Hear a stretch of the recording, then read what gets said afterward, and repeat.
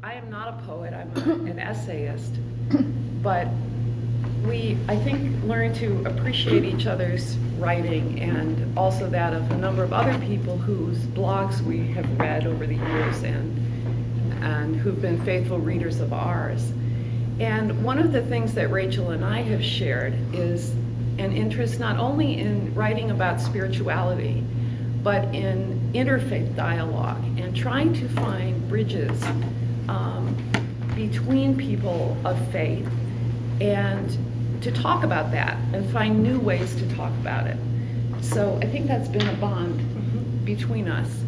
And as Rachel has gone through her rabbinical studies, this, I think, has deepened. And I have been very involved in interfaith work for many, many years, but mostly with Muslims. And that's probably because being married to Jonathan, who is an Arab American, and our family was Arab and Armenian on his side. So it gave me, a cradle Episcopalian Christian from the United States, a very different view of the world. So I had grown up and gone to college with Jewish people, of course, and had many close friends who have been Jewish over the years, but I didn't know very many Muslims. Jonathan's family happens to be Christian, but through these contacts, I have gotten to know a number of Muslims very well. And at the time of the Intifada and then after 9/11 in the United States, he and I did a lot of work with Muslim groups to try to educate people in the community and try to learn more about each other and worship together. So we had a monthly worship meeting. And it was after that, just after that, that I began blogging and met people like Rachel, who have also had a different path toward these same kinds of interests. So some of the things that we're going to talk about today in the poetry are going back to what we have in common as Abrahamic religion people, and also to look at some of the things that are problematic about these texts for all of us as modern people. So that's all I have to say at the very beginning. And what we're going to do today is Rachel's book is organized in 5 sections, one for each of the first 5 books of Moses in the Bible. And we're going to have Rachel read a poem from each of those sections and talk about it a little bit. And then after we're done with that, we'll open it up for questions, and I hope you'll have a lively discussion with us.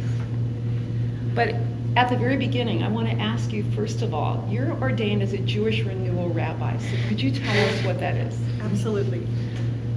And first, I also just want to add to what Beth said by saying thank you so much for welcoming me here into this glorious cathedral, into your worship this morning, and now around this lunch table and this conversation table. It's really a joy for me to be here with all of you. So Jewish Renewal is a trans-denominational movement to revitalize Judaism.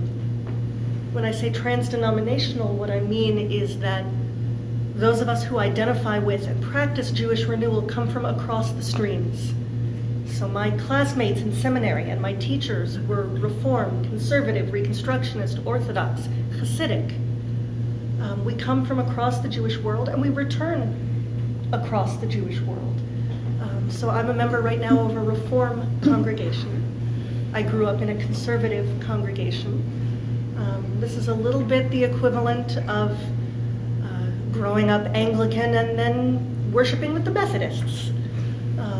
So we, in Jewish renewal, the strongest emphasis is on re-energizing Judaism with joy.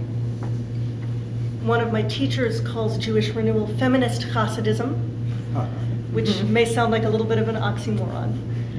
But if you can imagine taking the passion and the dancing and the joy of the feminist world and the liberal politics of the Reform world and the openness to other traditions, a sense that all traditions are paths to holiness that you might find in a more liberal congregation, and marrying those together. That's what Jewish renewal aims to be. And for more on that, I can give you an extended and annotated bibliography of excellent books on the subject. I found Jewish renewal through a book called The Jew in the Lotus by the poet Roger Kamenetz. It's the true story of a group of 10 or 12 rabbis, again from across the streams of Judaism, who went together to India to meet with the Dalai Lama, who had asked for the Jewish people's secret to survival in exile when the Tibetan community was exiled from Tibet. And this group of rabbis went along to give their various answers to the Dalai Lama, and they took a poet with them to tell the story. And it's an extraordinary book, but one of those rabbis in that group is the founder of my seminary, is Rabbi Zalman Schachter Shalomi. And I got to the end of the book and I thought, wow, this guy's really doing it right. That's great. So these poems are based on a very old tradition of Midrash. And in the beginning of the book, you have this wonderful quote that says, "There are 70 faces to Torah. Turn it and turn it, for everything is in it." And I hope you'll talk to us a little bit at the very beginning about what Midrash is. Sure. Because this is something that I'm not sure we do very well in the Christian tradition. We don't necessarily take these old texts and say, okay, what does this mean to me now? What can we get from this? How can we approach it today? And I think this is the root of some of the problems in the Christian world that need renewal at the moment, because it's very easy for people to just read them and say, I can't deal with this. I can't deal with this kind of a God or this kind of a story that I can't believe. And there are not always enough avenues for us to look at it closely. And it requires leadership that I think we have now here, but we don't always have in our communities. So Midrash, in the book of Deuteronomy, near the very end of the Torah, there's a somewhat peculiar commandment. It says that each of us is to write our own Torah. Most of us don't have the intense training required to literally fulfill that commandment Jewishly, which is to say, to literally write the 5 books of Moses in ink with a quill on parchment. Sure. But we can fulfill that commandment by adding our own voices to the body of tradition surrounding the Torah. In the most traditional Jewish understanding, when God gave the Torah to Moses at Sinai, the written word was paired with the oral Torah, the debates and dialogues of Talmudic rabbis, which would unfold many centuries after that moment of revelation. And across the board in Judaism, the written Torah, the 5 books of Moses, is read alongside the oral Torah, the Talmud, the Midrash, the commentaries. And often on the pages of these books, authors from one century will be involved in intense, passionate conversation with authors from another century altogether.